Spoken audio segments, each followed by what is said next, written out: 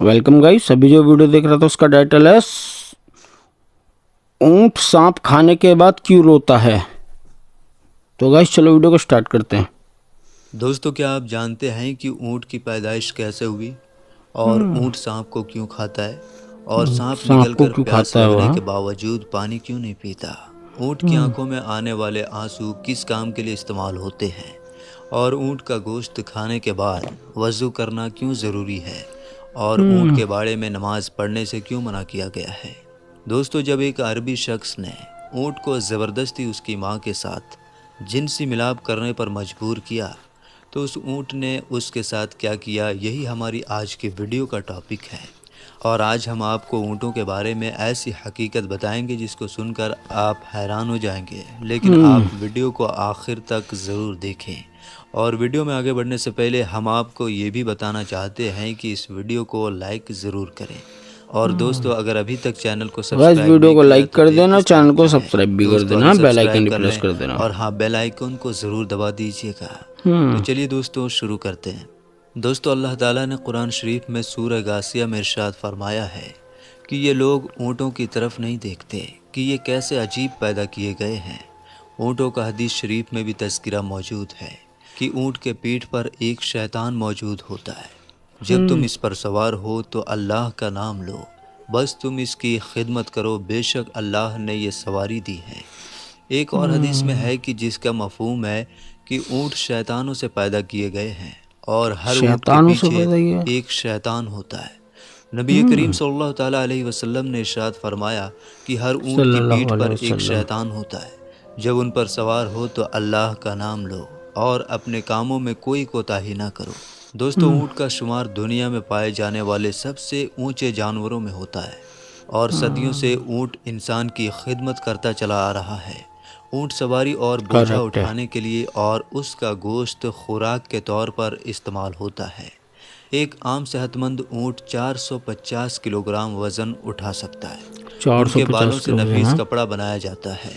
इसकी खाल से चमड़ी की चीज़ें तैयार की जाती हैं। ऊँट पानी और खुराक को चर्बी में तब्दील करके अपने कुहानों में जमा कर लेते हैं और इस तरह वो कई दिनों तक बग़ैर खाए पिए ज़िंदा रह सकते हैं।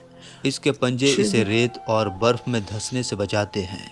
और ऊँट की आँख में एक बंद छिल्ली होती है जो गिलाफे चश्मे की वजह से इनकी आँखें रेत और धूल मिट्टी से महफूज रखती हैं। दोस्तों, जब रेत तूफान आते हैं तो इनके नथुने बंद हो जाते हैं ताकि उनके अंदर रेत ना जा सके। ऊँट के नाक के नथुने सामने से सीधे नहीं होते बल्कि तिरछे होते हैं। इसी वजह से खुले नथनों में भी रेत जमा नहीं हो सकती। ऊँट को सैराही जहाज़ भी कहा जाता है। ऊँट के दो सहराई किस्में जहाज ज़्यादा है। मशहूर हैं। पहली किस्म के ऊँट वो हैं कि जिनकी एक कुहान होती है। दूसरे नंबर पर वो हैं जिनकी दो कुहानें होती हैं और ऊँट 40 किलोमीटर प्रति घंटा की रफ्तार से दौड़ सकता है। ऊँट के ऊपर 40 की वाले स्पीड हिस्से में। दरमियान से कटे होते हैं, यानी दो हिस्सों में तकसीम होते हैं और ये ऊँट होठों को ऊपर नीचे हरकत दे सकता है। उसके होठों पर दबती नुमा खाल होती है जिस पर छोटे छोटे बाल होते हैं। इनकी मदद से ये अपने होठों को कांटों से महफूज रखता है। ऊँट कांटेदार दरख्तों को भी बड़े मज़े से खाता है क्योंकि इसकी आंतें मजबूत होती हैं और ऊँट हर उस घास फूस को खा लेता है जिनको दूसरे जानवर नहीं खा पाते। माहिरों ने इस बात का दावा किया है कि ऊँट 3 मिनट में 200 लीटर तक पानी पी सकता है। तो भाई इतनी 3 तेज़ी मिनट में से 200 इतना लीटर ज़्यादा पानी। पानी पीने की सलाहियत और कोई जानवर नहीं रखता। दोस्तों, सैयदना जाबिर रदी अल्लाह ताला अन्हो बयान फरमाते हैं कि मैं नबी करीम सल्लल्लाहु ताला अलैहि सल्लल्लाहु वसल्लम अलैहि की वसल्लम। खिदमत में हाजिर था कि एक आदमी आया और उसने नबी करीम सल्लल्लाहु ताला अलैहि वसल्लम से सवाल किया सल्लल्लाहु अलैहि कि क्या वसल्लम। मैं बकरी का गोश्त खाने पर वज़ू करूं?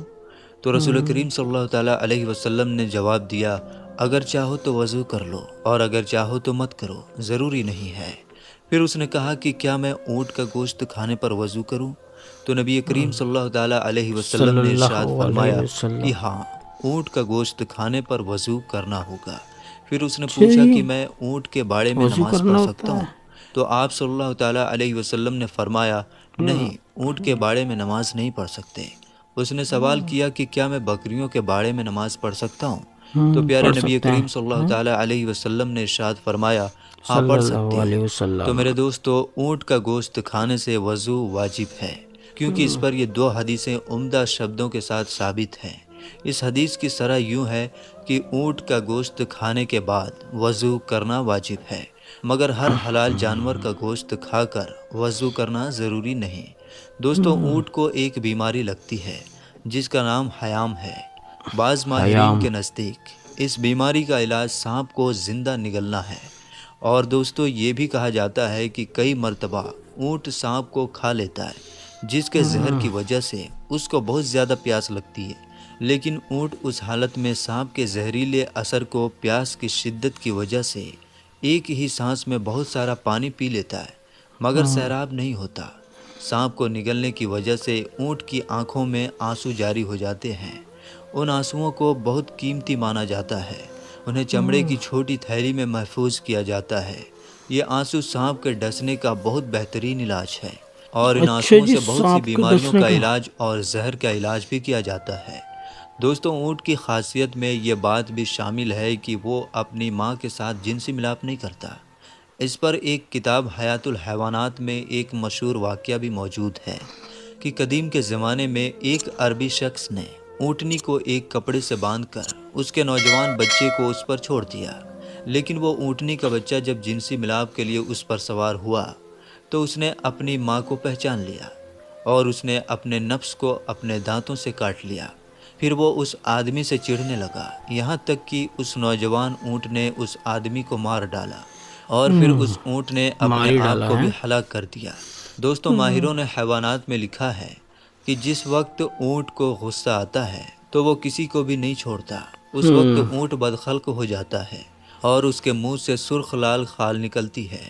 یہ اسے لال اپنے کھال پیٹ سے نکال نکلتی کر ہے۔ پھونک مارنے لگتا ہے اور بلبلانے لگتا ہے، اور اس کے منہ سے جھاگ نکلنے لگتی ہے۔ اس طرح وہ غصے کی حالت میں کھانا پانی چھوڑ دیتا ہے۔ اور دوستو، اونٹ سب سے زیادہ بغض اور کینہ رکھنے والا جانور بھی ہے، لیکن اسی کے ساتھ ساتھ اس میں صبر اور دوسروں پر حملہ کرنے کی صلاحیت بھی موجود ہوتی ہے۔ اونٹ کی خاصیت میں یہ بھی بات شامل ہے کہ یہ اپنی ماں سے جنسی ملاپ نہیں کرتا۔ دوستو، اونٹ کے بدن میں پتا نہیں ہوتا، شاید اسی وجہ سے اس کے پتا اندر نہیں صبر ہوتا ہے۔ اور تحمل کی بے پناہ قوت ہوتی ہے۔ دوستو، اونٹ کے اندر نہایت فرما برداری کا جذبہ ہوتا ہے۔ اس کی فرما برداری کا یہی عالم ہے کہ اگر کوئی چوہیا اس کی نکیل دبا کر جہاں لے جانا چاہے آسانی کے ساتھ لے جا سکتی ہے، کیونکہ یہ بات ماننے سے کبھی منع نہیں کرتا۔ اونٹ کے جگر میں عجیب و غریب چیز پائی جاتی ہے جو پتا کی طرح ہوتی ہے۔ غالباً وہ ایک قسم کی خال ہوتی ہے جس میں لعاب لگا ہوتا ہے۔ ماہروں کے مطابق اس خال کا یہ فائدہ ہے کہ اگر اسے بطور سرما استعمال کیا جائے تو آنکھوں پر نکلنے والے دانے ختم ہو جاتے ہیں۔ اور دوستو، اونٹ جب نیچے زمین پر بیٹھتا ہے تو اس کا جسم تھوڑا سا اوپر اٹھا ہوا ہوتا ہے، جبکہ دوسرے جانوروں میں یہ خاصیت نہیں پائی جاتی۔ دوستو، اب آپ سے اجازت چاہیں گے، پھر ملتے ہیں انشاءاللہ تعالیٰ پھر کسی اچھی ویڈیو کے ساتھ۔ تب تک کے لیے آپ اپنا اور اپنوں کا بہت زیادہ خیال رکھیے۔ السلام علیکم ورحمۃ اللہ وعلیکم وبرکاتہ۔ السلام ورحمۃ اللہ اللہ حافظ۔ وبرکاتہ۔ اللہ حافظ۔ تو گائس، مطلب